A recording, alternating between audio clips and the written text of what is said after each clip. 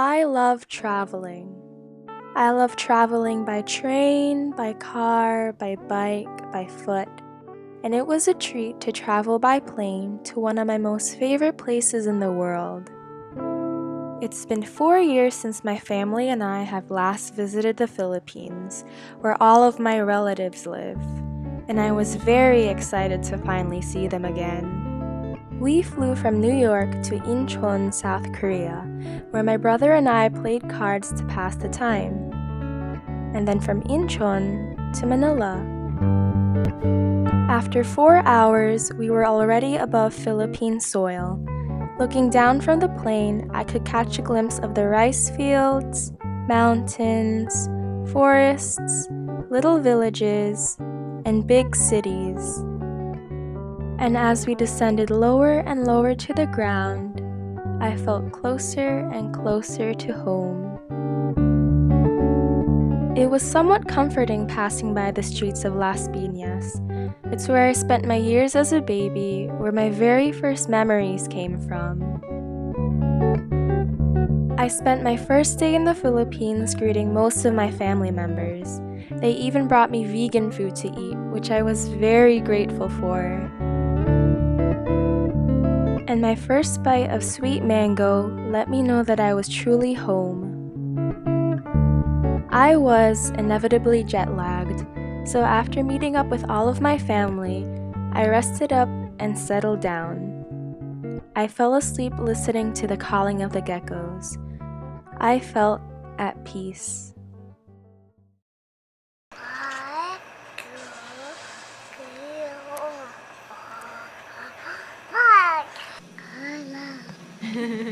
Day 2 happily greeted me with small talk to my baby cousin and a road trip with my cousins to the Gaitay.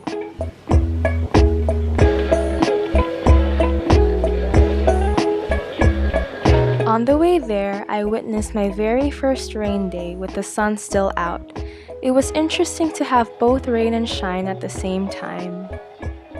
When we arrived, my family planned for my cousins and I to go ziplining, which included a breathtaking view of the Taal Lake and volcano.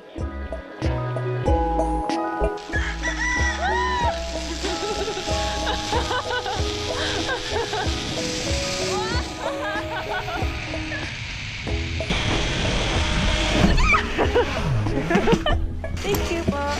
Ziplining was an exhilarating experience, and I'm so happy that I got to spend it with my cousins.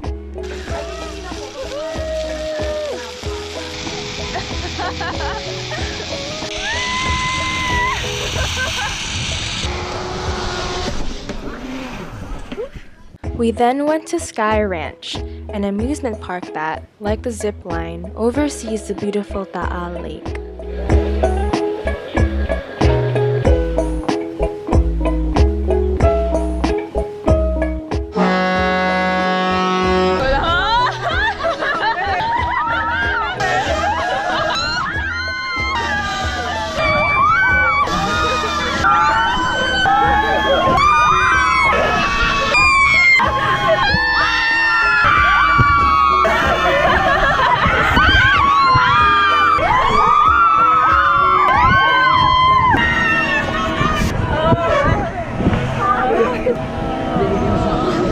Before we knew it, the mist began to rise from the lake below, and it was starting to rain. So we decided to eat at a restaurant where we could see the majestic Taal volcano. And just like that, the sun had set, and it was time to go home, easing our hearts full of thrill and adventure. We were back on the road again, but this time we were on our way to Batangas, where my family is attending my great-grandmother's death anniversary celebration. On the way, we visited the cemetery where several of my relatives are buried. We always stop here to pray for them. We then arrived to a very special house to my family. The first floor comprises of a dining area where customers can eat and a kitchen where they make the dishes. and the second floor is where my family would sleep. I remember myself being in this exact room as a baby and having fun with my family members. It was also fun looking through my family's old pictures. I could point out younger versions of my mom and her siblings, as well as grandparents and distant aunts and uncles. Years and years of memories are held in this house, a house where my mom and her siblings and cousins, as children, would play during a holiday. And I'm very grateful to be a part of that memory.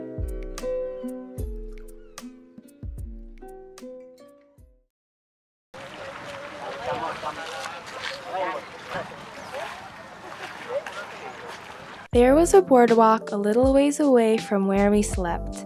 It's called Baywalk, a mini park where families and friends can relax and enjoy looking out to Balayan Bay. We arrived here early in the morning, so it was very peaceful without having the afternoon crowd. There was also a man selling taho on the boardwalk, and we happily decided to buy some. Taho is a sweet Filipino snack made of silken tofu, tapioca pearls, and sweetener. I did a little exploration around the short boardwalk and found this place to be quite unique.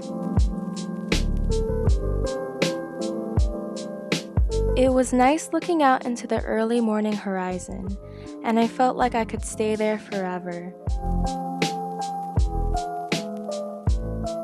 My family then later celebrated the death anniversary of my great-grandmother, who lived to be 101 years old.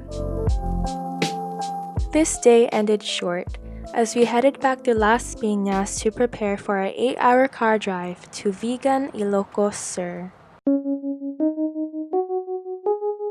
We slept for most of the drive. Sometimes we made stops to photograph the beautiful places we passed. After settling down at our inn, we visited Ilocos Sur Jail, which has now become a museum and an art center. It features several paintings of the 1807 Basi Revolt, as well as antique items that showcase the Ilocano life and culture. Such items included hair accessories and an embroidered piece of cloth, showing how Ilocanos used to live in the past.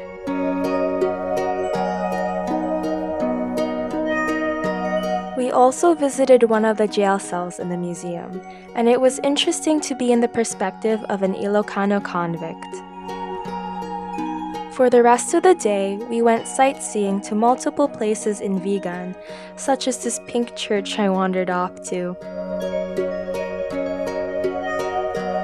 We also went to Calle Crisologo, traveling us back in time to the Philippine Spanish colonial era. Cobblestone streets were lined with Spanish-style houses, owned by the prosperous because of maritime trade. The streets were also riddled with shops that sold vegan souvenirs, much like those I Heart New York souvenir shops I see in Times Square. Not long after, the sun began to set and the street lamps started to illuminate, setting a lovely romantic atmosphere. It was like the city came more to life at night. I loved seeing how the people of Vigan lived during the nighttime, and with the beautiful sunset before me, I was overwhelmed with everything that I had seen. To these people, life in Vigan was normal because they are accustomed to what they see every day. And to me, Vigan was absolutely unforgettable. It was an honor going to sleep in this special city.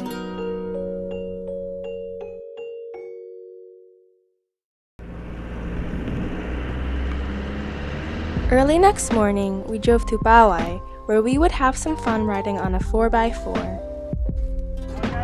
It's so steep!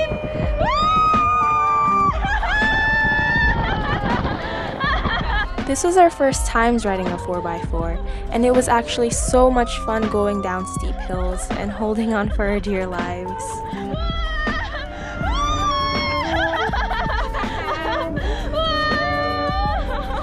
We also went sandboarding, which is basically just skateboarding down a sand dune.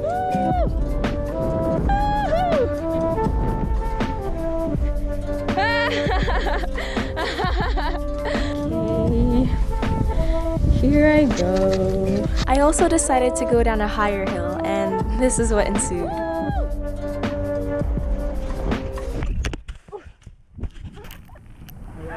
I'm fine! This sand dune adventure was one of the most thrilling things we did here in the Philippines, and I loved every second of it. Final one!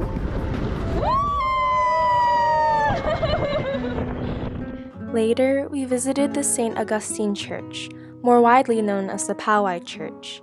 It's one of the oldest churches here in the Philippines and was built to withstand earthquakes.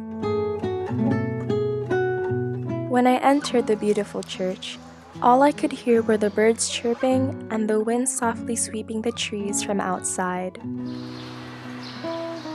We also visited the sinking bell tower in Lawag City, which is believed to be sinking at 1 inch per year. Gray clouds were starting to appear, so we quickly took a tricycle to the Cape Bohiador Lighthouse in Burgos. It's the oldest operating lighthouse in the Philippines and one of the last Philippine Spanish lighthouses, overlooking the South China Sea.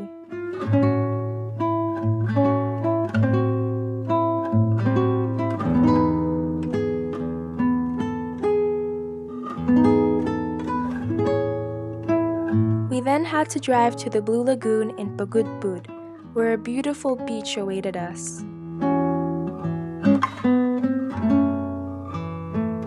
We swam until the sun set, and then woke up early in the morning to see it rise. And what a beautiful sight it was.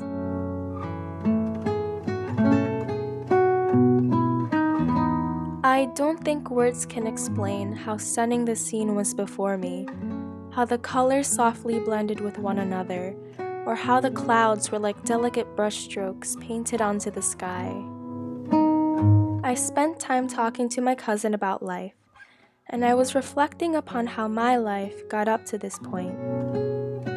I am truly lucky to be able to travel to such beautiful places and share such precious moments with my family, especially this one.